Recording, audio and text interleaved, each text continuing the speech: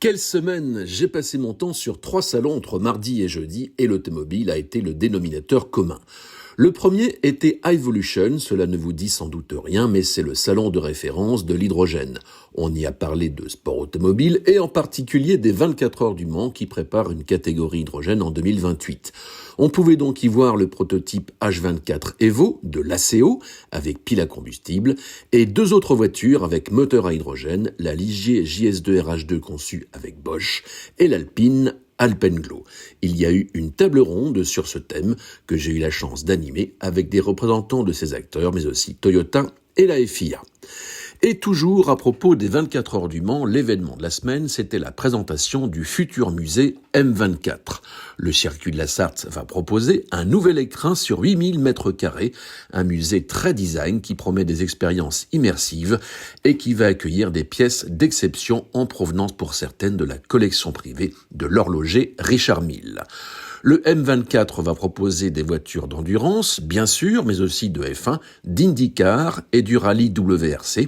Lors de la conférence de présentation à laquelle j'ai assisté, on a appris qu'il y aurait la première combinaison de F1 d'Ayrton Senna et la F1 de 2002 de Michael Schumacher, dont on a pu admirer le volant. Le musée ouvre le 28 mai.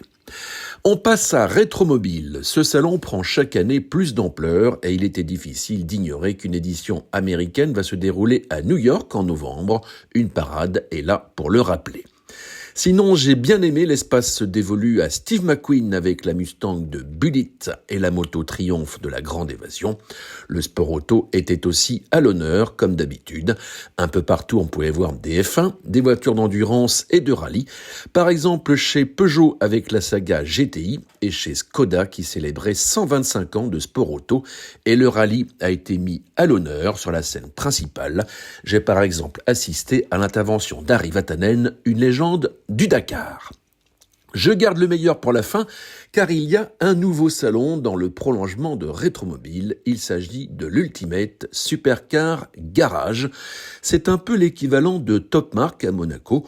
On y trouve des marques de prestige comme Bentley, Bugatti, Ferrari, Lamborghini, Maserati, mais aussi des griffes plus exotiques comme Pagani ou côté français Lafitte Automobili et Quarkus.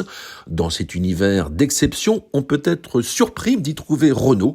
Le constructeur y présente sa R5 Turbo 3E, sa supercar électrique à 160 000 €. Elle développe 555 chevaux et a déjà trouvé plus d'1 millier de clients. Certains d'entre eux sont d'ailleurs venus voir la bête de plus près. En résumé, il était possible de faire le lien cette semaine entre le passé et le présent, par exemple entre la 205 GTI et la 208 GTI électrique chez Peugeot, même si ce thème n'est pas très populaire à Rétromobile. Et si on combine avec Evolution, on peut faire une extension vers le futur. Et comme me l'a dit Jackie X, que j'ai croisé dans les allées de Rétromobile, il faut espérer que la musique va continuer sur les circuits. Autrement dit, le bruit des moteurs, un marqueur de la passion automobile.